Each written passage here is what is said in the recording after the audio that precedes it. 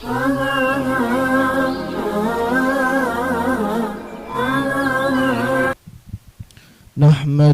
ونصلي على رسوله الکریم۔ دین اسلام میں عقائد کی بڑی اہمیت ہے، بلکہ انہیں بنیادی حیثیت ہے کہ یہ دین کی بنیادیں ہیں اور ان کی مثال جڑوں کی طرح ہے۔ عقائد کی اہمیت اور ضرورت کا تقاضا یہ ہے کہ ہر مسلمان عقائد کی درستگی کی بھرپور کوشش کرتے ہوئے اسے اولین حیثیت دے اور ان کو سیکھنے میں ذرا بھی غفلت کا مظاہرہ نہ کرے۔ لیکن آج کل افسوسناک صورتحال یہ دکھائی دیتی ہے کہ بہت سے مسلمان اپنے دین کے بنیادی اور اہم عقائد سے بھی ناواقف ہیں، بلکہ غفلت کا عالم یہ ہے کہ یہ احساس ہی دلوں سے مٹ چکا ہے کہ عقائد درست کرنے اور سیکھنے کی بھی کوئی ضرورت ہے۔ یہی حال عصری تعلیمی اداروں کا بھی ہے کہ ان میں پروان چڑھنے والی ہماری نوجوان نسل اپنے دین کے ضروری عقائد سے بھی ناواقف اور نابلد رہتی ہیں۔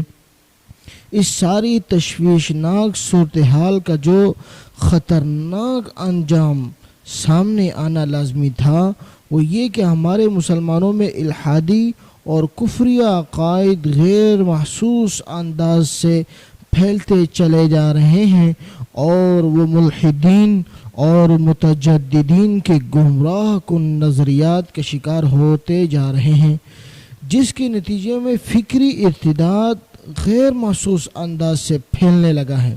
اسی طرح اہل سنت والجماعت کے حق عقائد کے خلاف بھی مسلسل مہم جاری ہے تاکہ مسلمانوں کو حق جماعت اہل سنت والجماعت سے ہٹا کر گمراہی کی راہ پر لگایا جا سکے۔ اس سے معلوم ہو جاتا ہے کہ ہر مسلمان اگر اپنے دین کے بنیادی عقائد سیکھنے اور سمجھنے کی کوشش کرے تو ان فتنوں سے حفاظت ہو سکتی ہے۔ اس صورتحال کو سامنے رکھتے ہوئے دین کے بنیادی عقائد کا سلسلہ شروع کیا جا رہا ہے تاکہ عام فہم انداز میں ہر مسلمان عقائد سیکھنے کا موقع میسر آ سکے۔ سب سے پہلے عقیدہ کی تعریف کیا ہے؟ عقائد سے مراد دین و مذہب کی وہ باتیں ہیں جو دل میں جما لی جائیں اور اعمال کی بنیاد ہوں اور ان پر نجات اور کامیابی کا دار و مدار سمجھا جاتا ہو۔ عقیدہ کی جمع عقائد آتی ہے۔ عقائد کو اصول دین بھی کہا جاتا ہے۔ عقیدہ کی تعریف سے معلوم یہ ہوا کہ عقائد کا تعلق دل سے ہوتا ہے، اور عقیدہ کی ضروری جو عقائد کی دو اقسام ہیں ان کو سمجھنا بھی ضروری ہے۔ عقائد کی ایک قسم تو وہ ہے جو مسلمان ہونے کے لیے ضروری ہے کہ ان پر ایمان لائے بغیر کوئی شخص مسلمان نہیں ہو سکتا، اور ان کا انکار کفر کہلاتا ہے، جیسا عقیدہ توحید، عقیدہ رسالت، عقیدہ آخرت اور عقیدہ ختم نبوت وغیرہ وغیرہ۔ اور عقائد کی دوسری قسم وہ ہے جو حق جماعت یعنی اہل سنت والجماعت میں شامل ہونے کے لیے ضروری ہے کہ اگر کوئی شخص ان کے خلاف عقیدہ رکھے گا تو وہ اہل سنت والجماعت سے خارج ہو کر گمراہ قرار پائے گا، جیسے ایصال ثواب کو حق سمجھنا، قبروں میں انبیاء علیہم السلام کی حیات کا قائل ہونا، حضرت صدیق اکبر رضی اللہ تعالی عنہ کو خلیفہ اول ماننا اور ان جیسے دیگر عقائد کو تسلیم کرنا۔ اس لیے دونوں قسم کے عقائد کو سمجھنا اور ان کو تسلیم کرنا ضروری ہے۔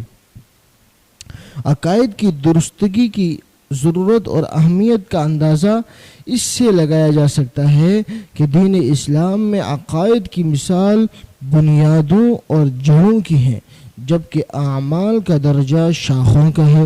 عقائد مقدم ہے اعمال پر، اس لیے عقائد کی درستی اعمال سے زیادہ اہم اور ضروری ہے۔ عقائد سے اعمال وجود پاتے ہیں، اس لیے اگر عقائد درست ہوں تو ان کی وجہ سے درست اعمال وجود پائیں گے، لیکن اگر عقائد ہی غلط ہوں تو ان کے نتیجے میں غلط اعمال ہی وجود پائیں گے۔ کفر اور اسلام کا فیصلہ عموماً عقائد ہی کی بنیاد پر ہوتا ہے۔ اہل سنہ والجماعہ میں شامل ہونے یا گمراہ ہونے کا تعلق بھی عموماً عقائد ہی کے ساتھ ہے۔ عقائد کی درستی وحدت اسلامی کو قائم رکھنے میں اہم کردار ادا کرتی ہے۔ یہی وجہ ہے کہ امت کے جلیل القدر اہل علم اور بزرگان دین سب سے زیادہ عقائد کی درستگی پر زور دیتے ہیں۔ عقائد سیکھنے کے متعدد فوائد ہیں۔ عقائد میں اللہ تعالیٰ کی ذات و صفات، رسالت، آسمانی کتب اور آخرت جیسے اہم امور سے متعلق علم حاصل کیا جاتا ہے، اور چونکہ یہ امور اہمیت کے حامل ہے اس لیے ان سے متعلق علم حاصل کرنا بھی اہمیت رکھتا ہے۔ عقائد سیکھنے سے کفر، اسلام اور حق و باطل کی پہچان نصیب ہو جاتی ہے۔ عقائد سیکھنے سے ایمانیات کا علم ہو جاتا ہے۔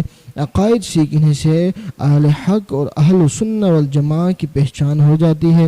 عقائد سیکھنے سے ملحدین، متجددین اور ان کے گمراہ افراد کے فتنے سے بچنا آسان ہو جاتا ہے۔ دنیا و آخرت کی کامیابی عطا ہو جاتی ہے۔ ویسے اگر دیکھا جائے تو عقائد کا باب نہایت ہی وسیع ہے، جس کا تقاضا یہ ہے کہ اس کو تفصیل سے سمجھنے کی کوشش کی جائے، کیونکہ دین میں عقائد کو بنیادی حیثیت اور اہمیت حاصل ہے اور ان کی درستگی اعمال سے مقدم ہے۔